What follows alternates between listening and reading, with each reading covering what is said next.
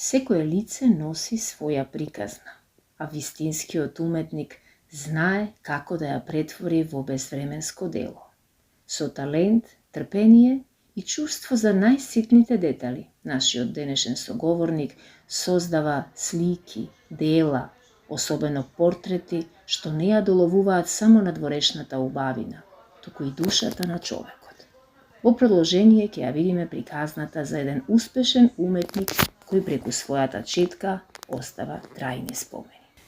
Еве, веќе сме сместени убаво во ателјето на нашиот денешен соговорник Томас, кој што уметноста ја има како алфа и омега, и овде во ателјето твое, Томислав, ние навистина се чувствуваме почестени. Ова е вистински подарок во раните утрински часови. Дали е ова и твое прибежиште од секојдневието? Да, фала на самата моја најава за ова место, вистински моја прибежиште, некое место кај што ја буквално го наоѓам мирот и еден доказ дека човек може у 20 квадрата да живее безпрекорно. Уметноста е, забележете, првите почетоци на каква и да била уметност е оваа ликовната, значи уште прачовекот со каменчиња почнал да дава сигнал некаков дека нешто се случувало на карпиве. Така и ова е многу интересна работа. Значи, од едно бело платно кој почне да расне, да раја, да расне, и кога добиете некоја преубава слика, толку се пуните со задоволство, целата таа група на хормони ви се комплетираат, и тоа е некој моје пребежиште и некој мир кој што сега во моментот ми е најскап. Мојот омилен сликар е Леонардо да Винчи и сите овие мои слики малку ако се загледат ќе се кодирани. Може би ништо не гледате, а се гледа и некако таа некоја моја емотивна жичка, имам безброј анекдоти како сликата да е правена за самиот човек и е закачена во неговата просторија, канцеларија, дом, како да е правена специјално за него. Секоја чест. Ако направиме на мала паралела меѓу музичката уметност и ликовната уметност, во музиката, ако не си музички талентиран, ако не си музикален, толку е, не можеш да се занимаваш со музика. Што е со уметноста? Се учи ли со подменторство нечие, се учат ли некои основни работи во уметноста? Или и таму е необходен талент? Па јас имам малку и за музиката малку имам контра. Знаете, јас и со музика се занимавав, 3 пати имам на Маквес пеено, имаме заеднички пријател кој што Роберт Попдимитров имаме снимано, јас кај него имам снимано на албум, моја песма има до MTV Адрија стигнато. Сакам да кажем дека за музиката најголем фактор е кармата, може и да не сте талентирани. Исто и со уметноста, не значи совршената слика дека е совршена. Очиви очи го гледате, значи моментално тип на слики што се продаваат во светот, некој што не се разбира, или не знам како да го кажеме, тоа нема ни да обрне никакво внимание.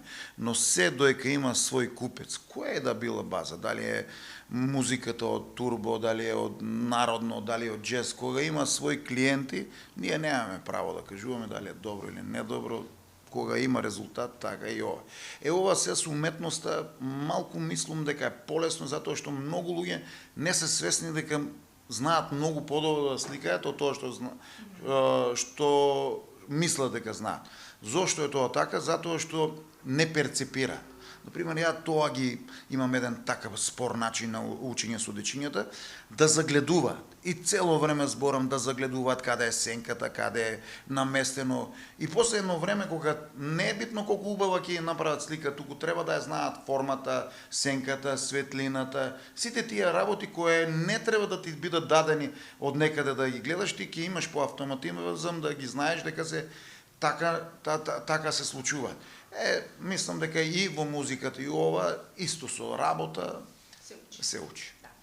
И само уште да прашам, предпоставувам дека ако не сите, ама голем дел од овие слики би требало да се на продажба, каде можат оние љубители на уметноста да дојдат, да се заинтересираат и да си резервираат слика? Да, имам соработка со во Изгейт галерија, исто во центарот со Ел Греко. Овие слики релативно едно 50% од сликиве не се продаваат, оти има тука некоја емотивна вредност, но има исто така со овие социјалните мрежи, некоја моја коинциденција да речеме, обично моиве муштерии се некој што ме запознае. И почнува да ме следи и така некако како да се погоди. Коинциденција само во галериите може да продадам нешто што не знам. Например, мои слики има стигнато во Мексико, во Америка, во Германија, кој ја не знам, во Косово, кој ја не знам, ги не знам газите, но тоа е едно 30%, 70% некој ме запознал.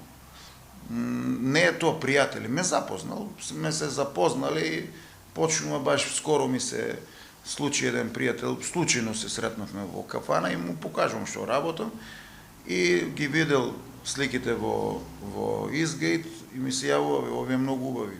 Така, ја не користам филтри, моиве слики не се толку убави на таа социјалните мрежи, претежно фасцинирам ги со податокот дека кога ги видат и немам компромис околу рамка, тоа секош се става нешто убаво, скапо, италијанска некоја рамка, тоа е за мене доживување како убава жена, се дојка не е дотерана, може само убава да бе, да, може само убава, а вака ќе биде и преубава. Во време кога се минува пребрзо, уметноста останува да сведочи за миговите, емоциите и луѓето. Портретите на нашиот соговорник не се само слики, туку трајни спомени кои зборуваат без зборови. Со надеж дека неговата инспирација ќе продолжи да создава нови ремек дела, ја завршуваме оваа приказна за уметникот Томас.